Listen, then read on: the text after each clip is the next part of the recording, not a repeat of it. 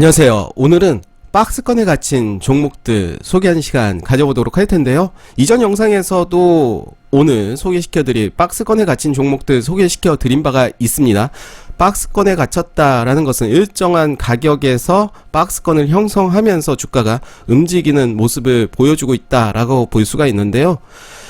최근에 거래량이 증가되고 혹은 장대 양봉이 나온 이후에 그 가격대에서 행보하는 차트들의 모습을 소개시켜 드린 바가 있고요. 방향성은 잘 모르겠지만 위로 가든 아래로 가든 하겠죠. 그렇지만 위로 갈 가능성이 높은 종목들 기준을 어떻게 정하느냐를 가장 크게 잘 봐야 될 것 같은데, 기준을 매수하기 전에 나는 이 종목 요 구간에 떨어진다면 일단은 손절로 대응하겠어 라든가, 아니라면 나는 이 종목 1차, 2차 매수를 감안하고 지켜보겠어.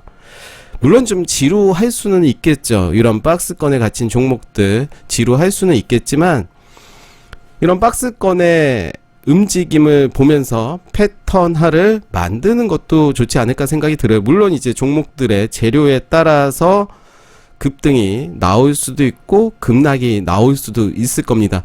저는 가장 좋아하는 패턴으로 이제 고가놀이, 이미 차트에서도 고가를 갱신하고 거래량이 꽤 많이, 즉 거래대금이 많이 들어왔다라는 거죠. 그런 종목들을 매매하는 것을 좋아하는데요. 최근에 이제 주가가 빠지고 바닥을 만들면서 거래량이 증가되고 행보하는 그런 차트들을 소개해 보도록 하겠습니다. 결국은 나는 이런 패턴의 종목들을 보겠어.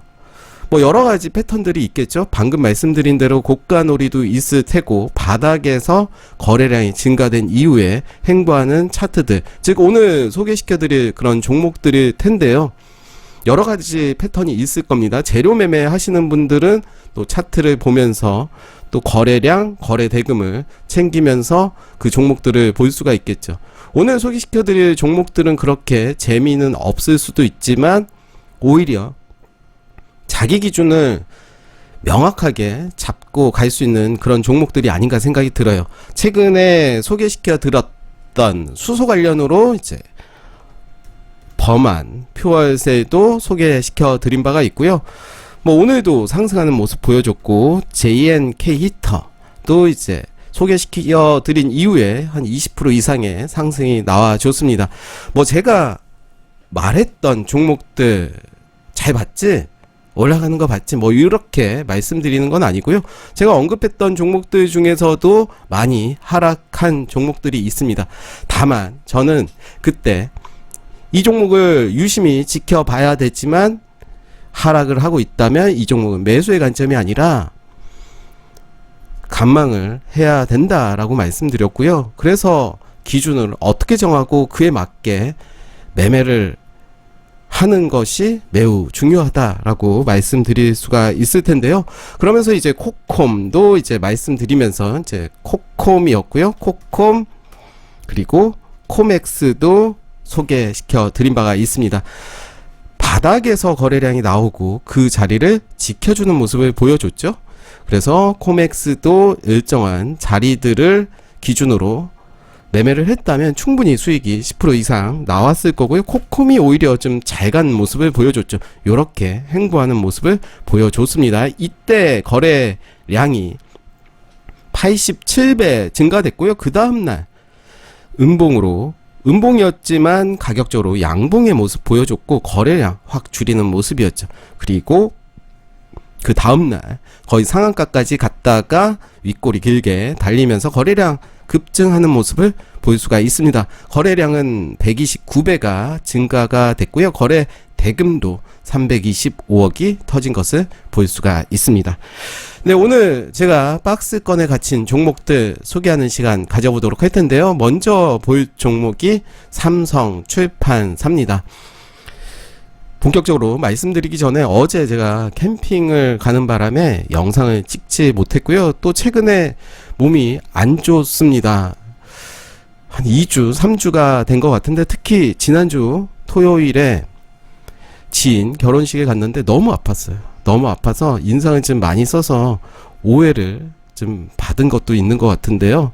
혹시라도 이 영상을 보시는 그런 지인이 있다면 제가 너무 아팠다라는 거 이해해 주시고 뭐 기분이 나빴다라든가 싸웠다라든가 그런 것은 아닙니다.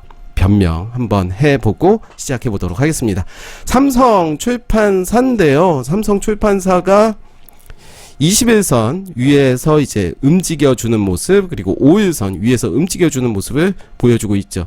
두 가지 선을 그어 볼 수가 있을 텐데요. 요선 박스권의 모습을 보여주고 있죠.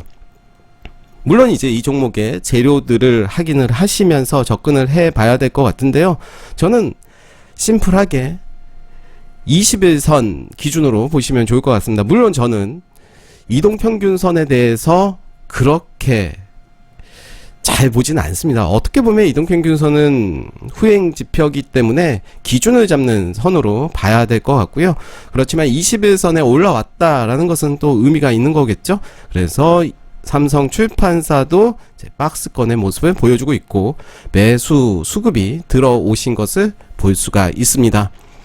경보제약은 오늘 살짝 오르는 모습 보여줬죠. 작은 박스권 요 라인으로 볼 수가 있겠네요. 거래량이 처음 들어왔던 요 라인 대가리를 살짝 내놓으면서 마무리가 됐고 여전히 거래량은 들어오고 있지 않은 모습을 보여주고 있습니다.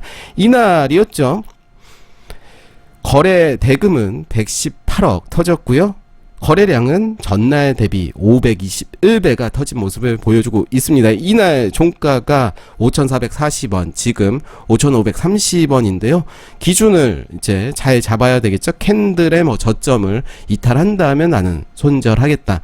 그 기준은 장중이 됐던 종가가 됐던 그렇게 기준을 잡으시고 접근해봐도 되지 않을까 생각이 들고요. 사실 이렇게 행보하는 차트들의 모습 항상 그렇죠. 위로 가든 아래로 가든. 그렇지만 더 떨어지지 않고 그 가격대를 유지하고 있다라는 것은 위로 갈 가능성이 더 높겠죠. 그래서 단기 스윙으로 좀 지루하겠지만 충분히 가지고 가도 되지 않을까 생각이 들고요. 오늘 소개시켜드릴 종목은 아니었지만 국제약품도 그런 모습을 보여주고 있습니다. 21선 올라오는 모습이었고 거래량이 그렇게 많이 나온 건 아니었지만 그래도 19배 증가되면서 이제 음봉이지만 상승 음봉으로 마무리가 됐죠. 그래서 국제약품, 경보제약 비슷한 모습을 보여주고 있다 말씀드릴 수 있겠고요. 한일진공은 이날 상한가를 갔었죠. 상한가를 가고 상한가 간 캔들의 50%에서 이제 지지받는 모습을 볼 수가 있습니다. 그리고 이제 상한가 갔던 그 라인을 회복해주는 모습이죠. 그러면서 이날이었겠네요. 이날 상한가 간 캔들 계속 빠지고 있었죠. 거래량 없이 빠지고 있습니다. 그렇다면 이 종목을 내가 계속 지켜봤다면 의미 있는 자리 요 라인에서 충분히 단타가 가능했을 것 같고요. 뭐 결과론입니다. 이제 그렇지만 한일진공은 혹시라도 내일 더 갈 수 있겠죠. 더 갈 수 있다면 그에 맞게 또 대응을 하시면서 따라잡는 매매 충분히 가능할 것 같고요. 눌림목을 준다면 역시 매매가 가능할 것으로 보여지고요. 동양 파일입니다. 동양 파일도 21선 위에서 거래량이 증가되는 모습 보여줬고 21선 계속해서 지지하는 모습이고 요 라인으로 한번 보시면 좋을 것 같아요. 요 라인 요렇게 볼 수가 있겠고요. 뭐 요 라인 그리고 오늘 종가의 그 라인을 기준으로 살펴봐도 될 것 같습니다. 비트컴퓨터도 비슷한 모습을 보여주고 있죠. 바닥에서 거래량이 증가됐고요. 그 이후에 살짝 눌림이 있긴 했죠. 요 라인 그리고 요 라인으로 봐야 될 것 같습니다. 요 라인 대략 요 라인이 5,600원이 될 텐데요. 내일 또 흐름을 보시면서 일정한 가격을 지지해주는 모습이라면 충분히 매수의 관점으로 봐도 되지 않나 생각이 듭니다. KNet도 비슷한 모습 보여주고 있죠. 이전에 소개를 시켜드린 바가 있고 아마도 이때 기준을 잡고 접근을 했다면 어제 12%까지 갔을 때 충분히 수익으로 마무리가 될 수 있었을 텐데요. 다시 한번 지켜봐도 될 종목으로 보여지고요. KBG 예전에 이제 언급을 시켜드린 바가 있는데요. 어제 거래량이 증가되는 모습을 보여줬습니다. 거래대금 374억이 터진 모습이고요. 오늘은 거래량 6%밖에 나오고 있지 않았습니다. 그래서 내일 또 관심을 갖고 그 맥점에서 기다리는 매매 충분히 가능할 것으로 보여지고요. 요 라인 그리고 요 라인 체크하시면서 요 자리를 지켜주는지 그리고 돌파하는지 확인하시면서 접근 가능할 것으로 보여지고요. S트래픽도 최근에 거래량이 급증이 됐고 재차 거래량이 앞전보다 더 많이 나오면서 갭상승하는 모습을 보여줬습니다. 15.77%로 마감이 됐는데요. 맥점은 241선 그리고 상한가 같던 그 자리를 저는 맥점으로 보도록 하겠습니다. 제가 오늘 소개시켜드린 종목들이 상승하냐 하락하느냐가 중요한 게 아니라 그런 패턴 그리고 그런 재료들 확인하시면서 매매를 해야 될 것 같고요. 흐름을 지켜본다는 것은 매우 의미가 있다라고 볼 수가 있습니다. 오늘 일봉으로만 봤지만 분봉을 통해서도 충분히 저점을 높여가는지 확인이 돼야 될 것 같고요. 그리고 이제 제가 다음 주부터는 매일매일 영상을 올려드리기가 힘듭니다. 왜냐하면 아르바이트를 좀 하러 가는 상황이 생겨서 한 달 반 정도 일을 좀 해야 됩니다. 원래 본업인 중국어 강의를 해야 돼서요. 평일 저녁에 시간이 되긴 하지만 또 상황에 따라서 또 주말에 영상을 올리든 그리고 최근에 내 관심을 가질 종목으로만 이제 소개를 시켜드리다 보니까 좀 자극적이지 않은 그러다 보니까 저는 물론 조회수에 그렇게 신경 쓰지 않는다라고 말씀드렸지만 그래도 눈에 보이잖아요. 너무 조회수가 안 나오면 아 부족한 영상이구나 이렇게 스스로 생각을 하면서 저도 정말로 도움이 되는 영상들 그동안 정말 많이 올리긴 했는데요. 다시 한번 또 도움이 되는 영상을 올린다 하더라도 많은 분들의 관심이 없으면 저도 이제 어떤 원동력이 또 떨어질 수밖에 없는데 물론 많은 분들이 보지 않다 하더라도 그거에 개의치 않고 한다라고 했기 때문에 그래도 단 한 분, 단 두 분 본다 말이 또 버벅거리네요. 단 한 분, 두 분 본다 하더라도 저는 계속해서 꾸준히 영상을 올리도록 하겠습니다. 그렇지만 정말로 누군가에게 도움이 되는 어떤 꿀팁 그동안 많이 올리긴 했지만 이제 다시 한번 올릴 때가 된 것 같고요. 아무리 좋은 꿀팁을 올린다 하더라도 그 가치를 몰라준다면 그런 꿀팁들이 누군가에게 또 도움이 되지 않을 수도 있을 겁니다. 물론 이제 그런 꿀팁을 알아봐 주시는 분들은 매우 유용하게 사용을 하고 있으시겠죠. 네, 오늘 박스권에 갇힌 종목들 소개시켜 드렸고요.